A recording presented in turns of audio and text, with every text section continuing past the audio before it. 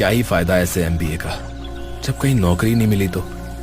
अरे मिल जाएगी, इतनी चिंता क्यों करते हो? अरे कैसे ना करूं, तुमसे शादी जो करनी है। तुम्हारे पापा को क्या बोलूंगा कि क्या कमाता हूं? अरे तो तब तक मिल ही जाएगी कोई छोटी मोटी नौकरी।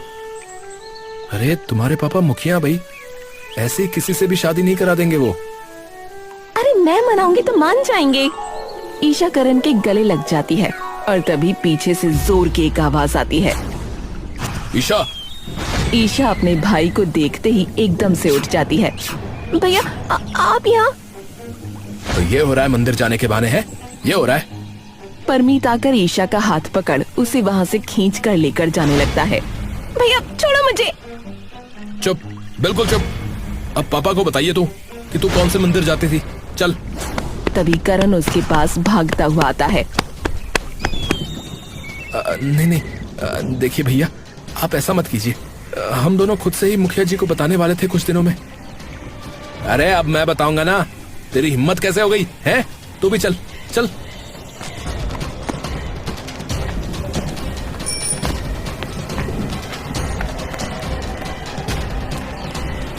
अरे ये देख लो आपकी बेटी को, जिसे आप इतनी शरीफ मानते थे। देख लो अब।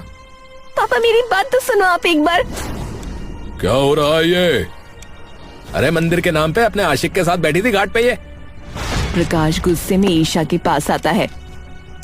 कौन है ये? कौन है ये? अरे बता अब।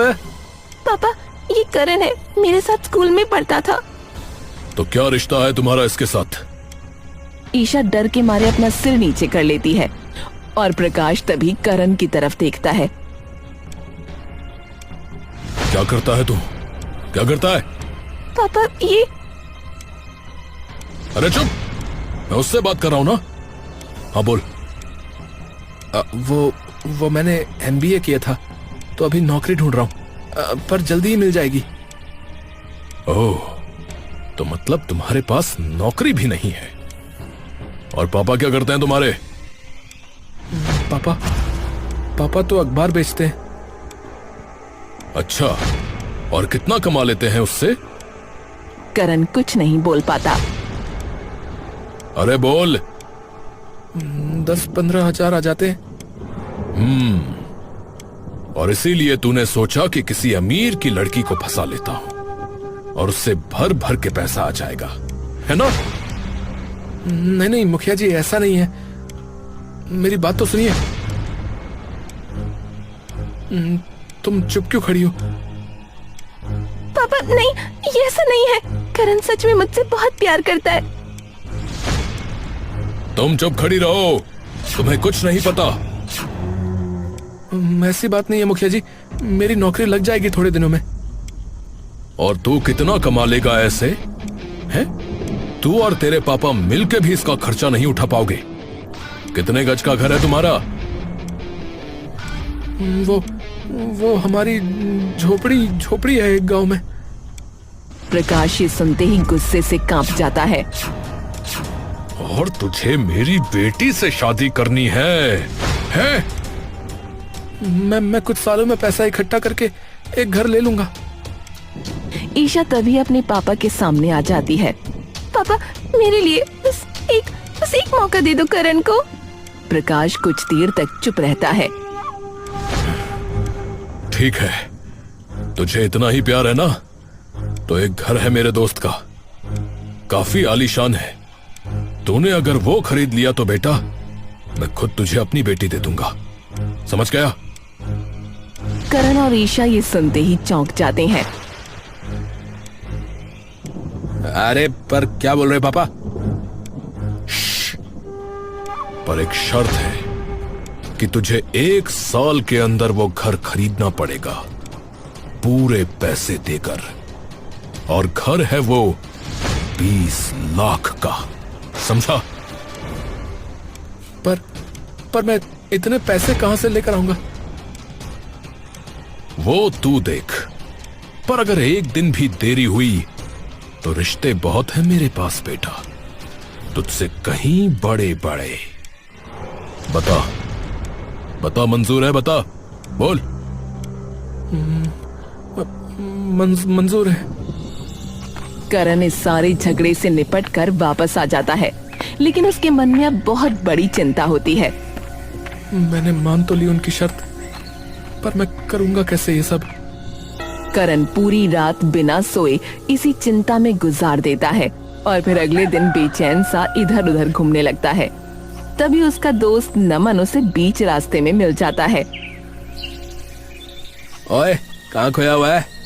करण एकदम से अपने ख्यालों से बाहर आता है। हाँ, क्या हुआ?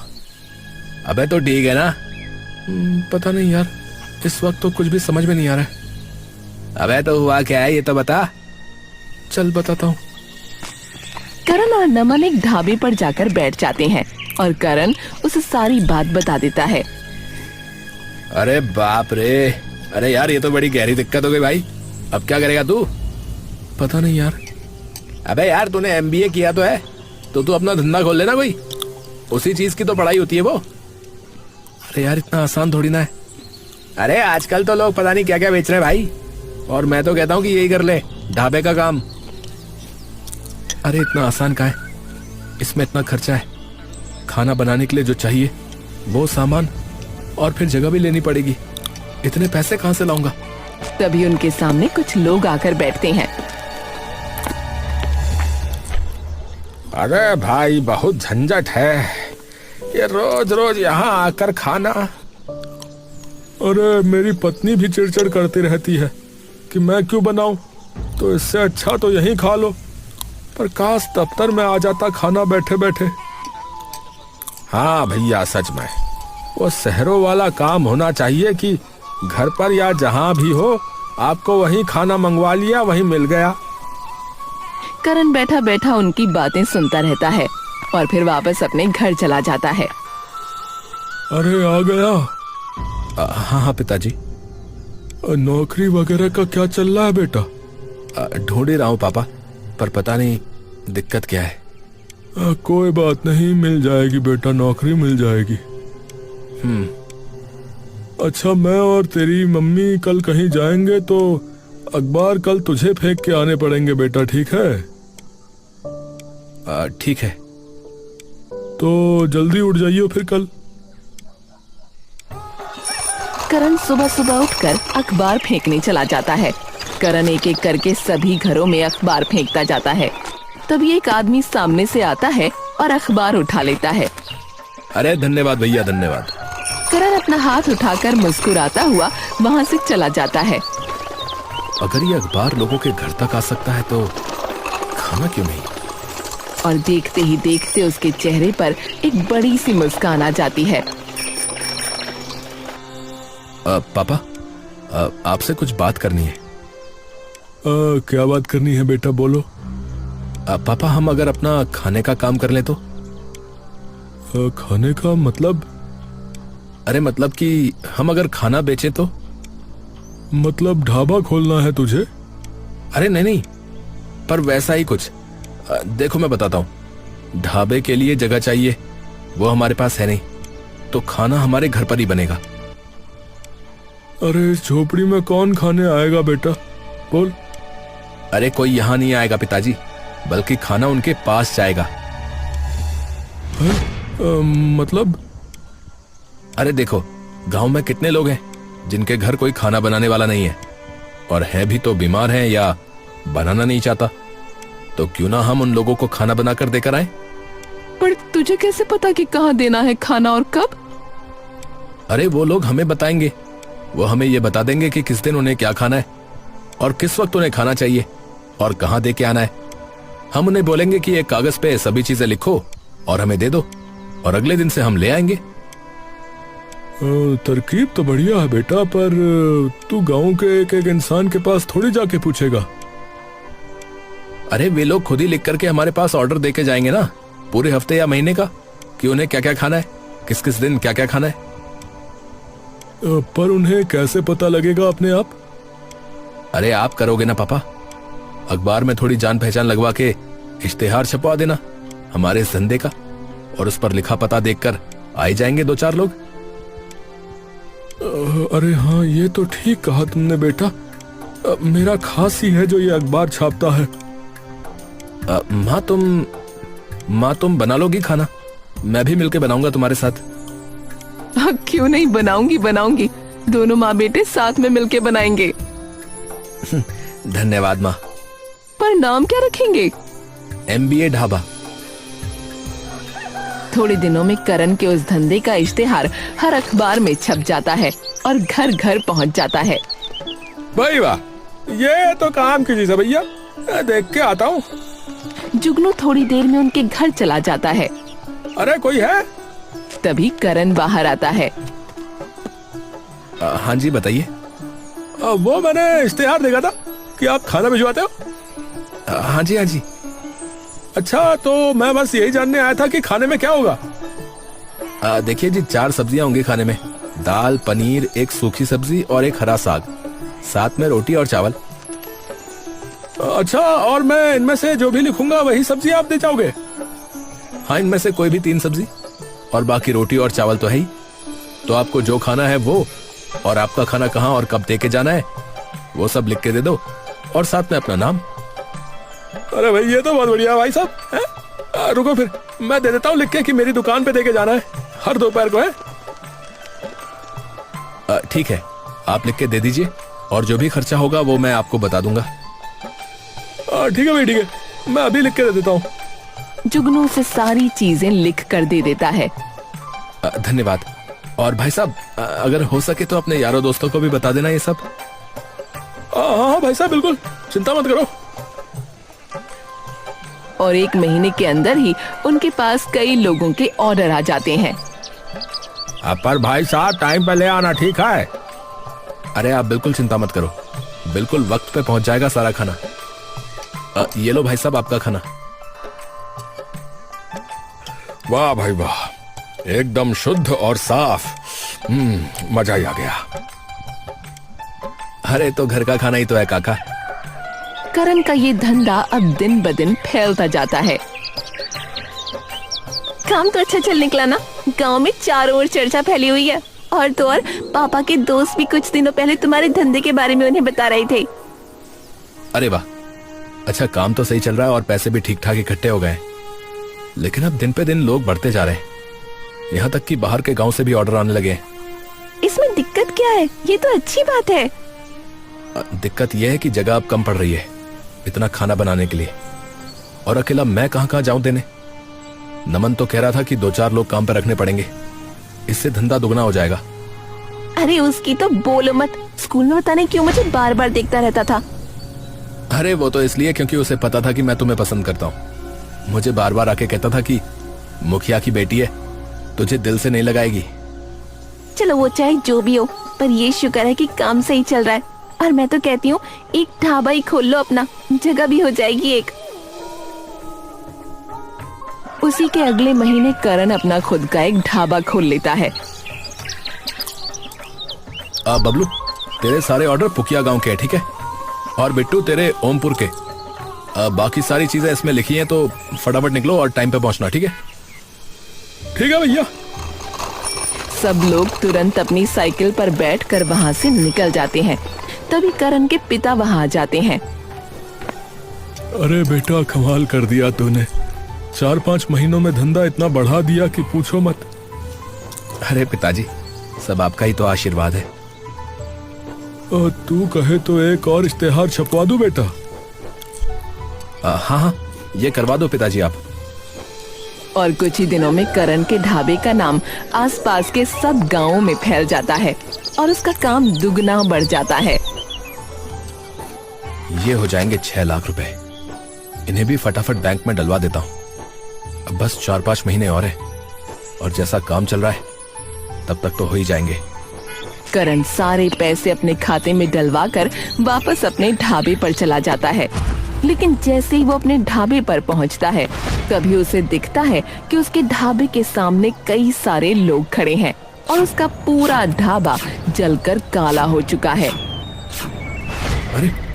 अरे ये कैसे हुआ? क्या हुआ? उसके ढाबे का एक बावर्ची भागते हुए उसके पास आता है। अरे भैया जी, सब बर्बाद हो गया भैया। अंदर रसोई के सारे बर्तन वगैरह सब गायब हैं, और हमारी जो खाना ले जाने वाली साइकिलें थी वो भी चोरी हो गई हैं। ये सुनते ही करण हक्का बक्का रह जाता है और दौड़ता हुआ रसोई में जाता है और देखता है कि पूरी रसोई खाली पड़ी है।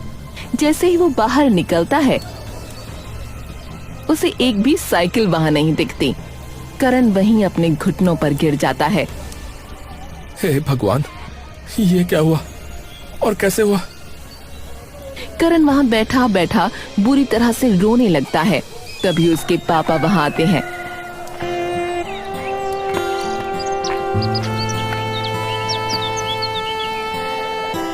अरे बेटा, क्या हुआ बेटा? पिताजी, पिताजी देखो ना, ये सब क्या हो गया पिताजी? सब बर्बाद हो गया पिताजी, मेरा सब बर्बाद हो गया। अरे नहीं नहीं बेटा, ऐसा नहीं रोते। अरे संभालो खुद को बेटा। चलो पहले थाने चलते हैं इसकी रिपोर्ट कराने। करण के पिता उसे उठाकर पुलिस स्टेशन ले जाते हैं। हाँ जी, क्या क्या चोरी हुआ है? जितने भी बर्तन थे और बहुत सारा रसोई का सामान, वो सभी चोरी हो गया। और जो भी साइकिलें थी वो भी चोरी हो गई। और आपको लगता है कि किसी ने जानबूझ के आग लगाई है? हाँ साहब। अरे पर इनकी गलती से भी तो हो सकता है। क्या पता रात को सिलेंडर खुला छोड़ गया हो। मैं कल रात को खुद सारे सिलेंडर बंद करके गया था और चोरी भी तो हुई है, उसका क्या? तो ठीक है, हम पूछताछ करके देखेंगे गांव के लोगों से। क्या पता किसी ने देखा हो किसी को आपके ढाबे के आसपास। धन्यवाद इंस्पेक्टर साहब। करण और उसके पापा वापस अपने घर चले जाते हैं। अरे हिम्मत रख बेटा, सब ठीक हो जाएगा। आप घर जाओ पिताजी, मैं जाके देखता हूँ अगर कुछ बचा हो तो। करण बिना कुछ कहे वहां से चला जाता है और चुपचाप बस अपने जले हुए ढाबे के सामने खड़ा हो जाता है। भगवान, ऐसा मैंने क्या कर दिया कि ये सब हो गया मेरे साथ? तभी नमन वहां जाता है। अरे करण। करण जैसे ही नमन की ओर देखता है वो एकदम से रो पड़ता है और उसके गले लग जाता है। अरे यार बस बस, कोई बात नहीं यार, चुप हो जा एकदम। कोई बात नहीं, सब ठीक हो जाएगा भाई। करण अपना सर पकड़कर नीचे बैठ जाता है। नमन उसके साथ ही वहीं बैठ जाता है। कैसे ठीक होगा यार? पैसे हुए नहीं है और जितने हुए थे वो अब इसको दोबारा खड़ा करने में चले जाएंगे। अब नहीं हो सकती मेरी और ईशा की शादी यार। अरे कोई बात नहीं भाई, शायद भगवान की इसमें कोई मर्जी हो। बहुत लड़कियां हैं यार। भाई मैं प्यार करता हूँ उससे यार। अरे अच्छा ठीक है यार, तू पहले शांत तो हो जा, कुछ ना कुछ उपाय निकल आएगा ना। करण कुछ नहीं बोलता। तू पहले मेरे साथ चल, तुझे घर छोड़ के आता हूँ। मुझे कुछ देर अकेले रहने दे। अरे पर यार मैं हाथ जोड़ता हूँ, कल बात करेंगे यार। नमन बिना कुछ कहे वहां से चला जाता है और करण वहीं बैठा रहता है। शाम हो जाती है, तब ईशा वहां आती है। करण उसकी तरफ देखता है और उसकी आंखों से आंसू बह जाते हैं। क्या करेंगे ईशा अब हम? ईशा उसका हाथ पकड़कर उसे उठा लेती है। चलो मेरे साथ। कहाँ? पापा ने बुलाया है तुम्हें। पर अब क्या करूंगा वहां जाके? मुझे पता है वो क्या कहने वाले। चलो तो एक बार। करण बिना कुछ कहे ईशा के घर चला जाता है। हाँ भाई, तुम्हारे काम को क्या हुआ? करण उसे सारी बात बता देता है। किसने किया है? पता नहीं, थाने में कंप्लेंट की है पर अभी तक कुछ पता नहीं लगा। पर मुझे पता लग गया है बेटा कि यह किसने किया है। करण चौंक कर मुखिया की तरफ देखता है। आपको कैसे पता? क्योंकि जिसने यह किया है वो और कोई नहीं बल्कि मेरा अपना ही बेटा है। करण ये सुनते ही चौंक जाता है। परमीत, नीचे आ। परमीत सर झुकाए हुए नीचे आता है।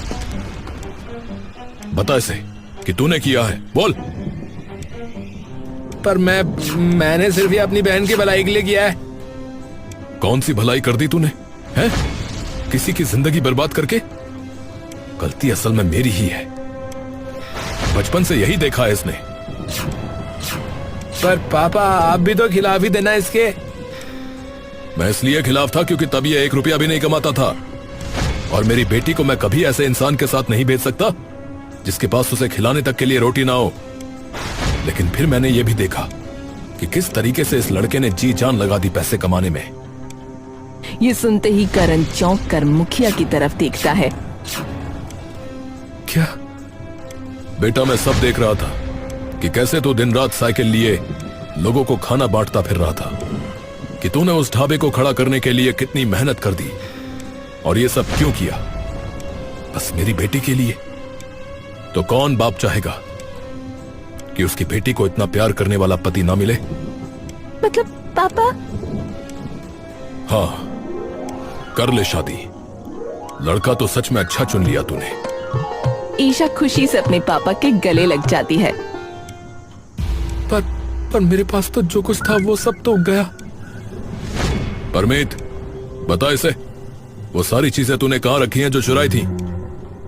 और करण बेटा, बात अगर ढाबे की है तो इतना तो कमा ही लिया होगा कि फिर से बनवा सको, और नहीं है तो मैं दे दूंगा। करण आंखों में आंसू लिए मुस्कुराने लगता है। पर परमीत भैया, आपने अकेले तो नहीं किया होगा ये? आपके साथ और कौन कौन था? था एक लड़का गांव का ही, वो। लेके चल मुझे उसके पास, तुम दोनों को जेल भिजवाऊंगा। पर पापा मैंने कहा ना, लेके चल मुझे उसके पास। परमीत उन सबको उसके घर ले जाता है और मुखिया पुलिस को भी वहीं बुला लेता है। अरे ये तो। पुलिस घर का दरवाजा खटखटाती है और तभी नमन आकर उसके घर का गेट खोल देता है। नमन, तूने किया ये सब? यही था।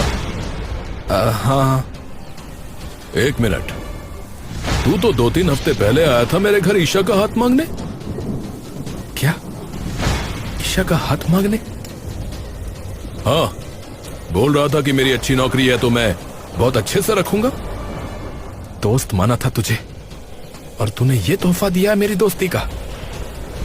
तू कभी से लायक नहीं था इसके, लेकिन इसने बस तुझे पसंद किया। तुझे पता नहीं है, पर मुझे पता है कि मेरा दिल कैसे टूटा था। स्कूल के वक्त से ही मैं प्यार करता था ईशा से, तो एक दिन हिम्मत करके सोचा कि बता ही दूं। तो एक गुलाब का फूल लिया, और मैं बताने जाने ही वाला था कि तभी तू आ गया। भाई बता दी मैंने उसे अपने दिल की बात, और उसने हाँ भी बोल दिया। भाई मुझसे पूछ भाई, प्यार न मिलने का दर्द। मैंने जो किया सिर्फ ईशा के लिए किया, नौकरी भी की तो बस उसी के लिए। तो तुझे कैसे लेके जाने देता इसे? नमन, कोई खिलौना नहीं है वो जो तू ले जाए। वो मेरे साथ यहां है तो अपनी मर्जी से है। दोस्ती के नाम पे कलंक है तू। ले जाओ इंस्पेक्टर साहब इन्हें। पुलिस तुरंत उन दोनों को गिरफ्तार करके वहां से ले जाती है और कुछ महीनों में करण का ढाबा फिर से बन जाता है और आखिरकार करण और ईशा की शादी मुखिया पूरे धूमधाम से कर देता है।